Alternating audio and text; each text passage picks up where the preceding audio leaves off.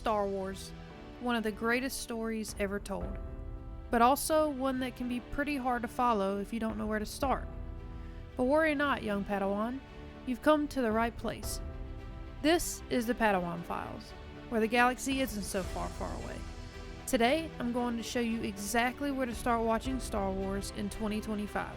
Whether you're a total newbie, a casual fan, or someone who just wants to know why your friend won't stop talking about a baby Yoda. What? Let's get into it. So how you watch Star Wars is totally up to you, but here are two of the most common ways to begin your journey into the Star Wars universe. The first is release order. This means watching the movies how they were originally released by George Lucas and then, subsequently, by Disney.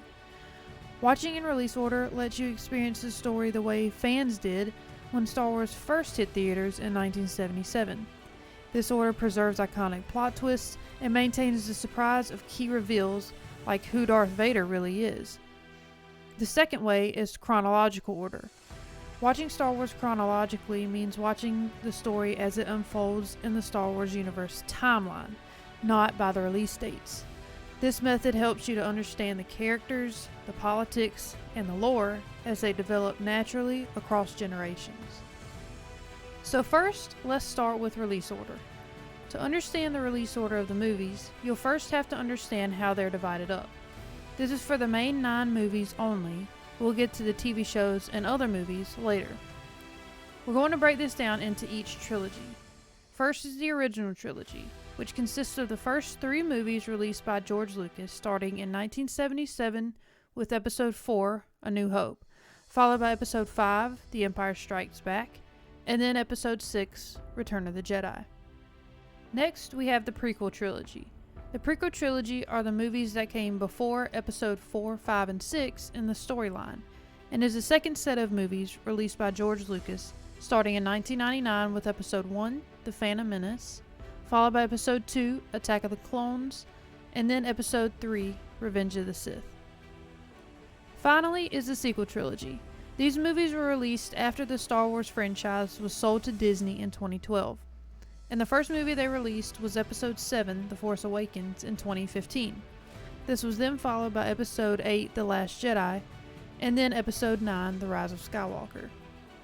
So now that we understand how the movies are divided up, we can understand how to watch them in release order.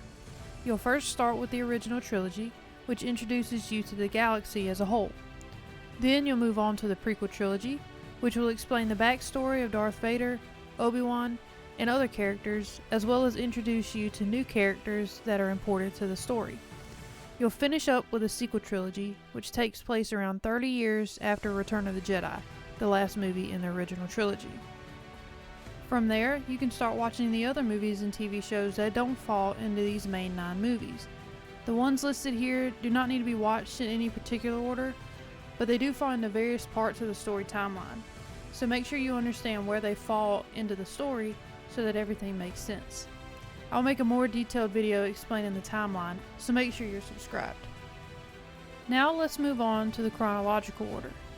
One of the pros of watching Star Wars chronologically is it's great for first-time watchers who want a linear story. You also get to experience a natural lore build and see Anakin's full story arc unfold from child to Darth Vader. So the first thing you're going to watch is Episode 1. This is where you'll be introduced to a young Anakin Skywalker as he begins his journey to becoming a Jedi. You'll also meet Padme Amidala and Obi-Wan Kenobi. Second is Episode 2. This is where the Clone Wars begin, war is on the horizon, and Anakin steps closer to darkness.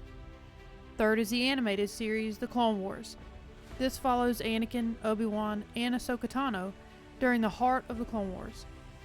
You don't want to miss out on this series, as it contains super important backstories of the main characters, as well as introduces you to Ahsoka, who is a vital character in the lore of Star Wars.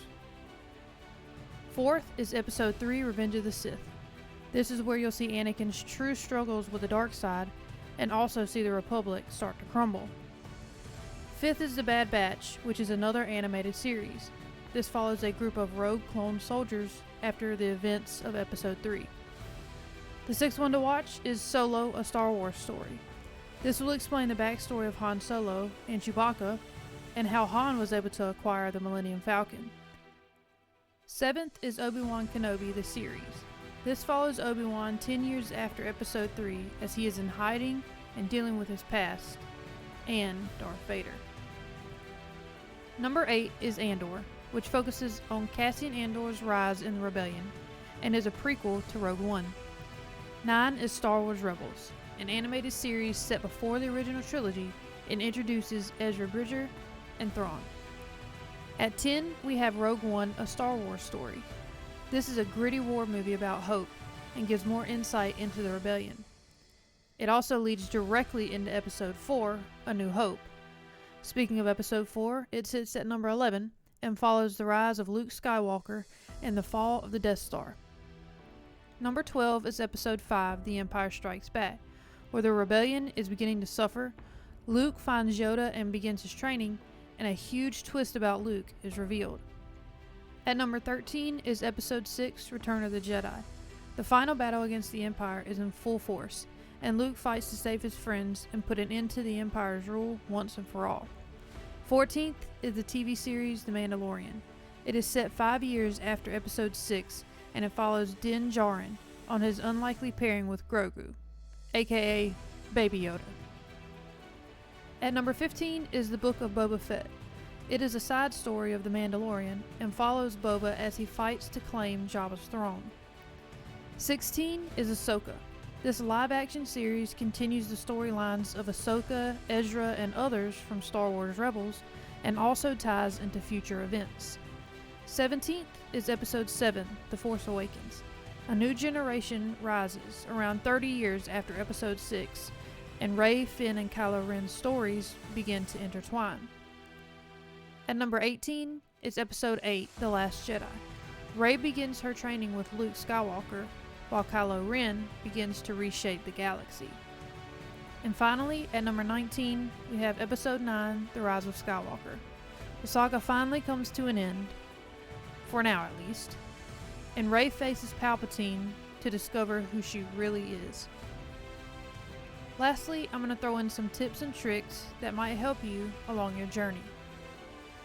The Clone Wars and Rebels series are animated and a little long, but they are absolutely essential to the storyline of Star Wars as a whole, so don't skip out on these very, very important stories. Some viewers prefer to watch Star Wars in release order for surprise reveals, but whatever way you choose to watch is valid and it's totally up to you. You can also mix in bonus material like Tales of the Jedi or Tales of the Empire to help provide more backstory to the entire storyline. So there you have it. Now you're ready to begin your journey down the path of Star Wars.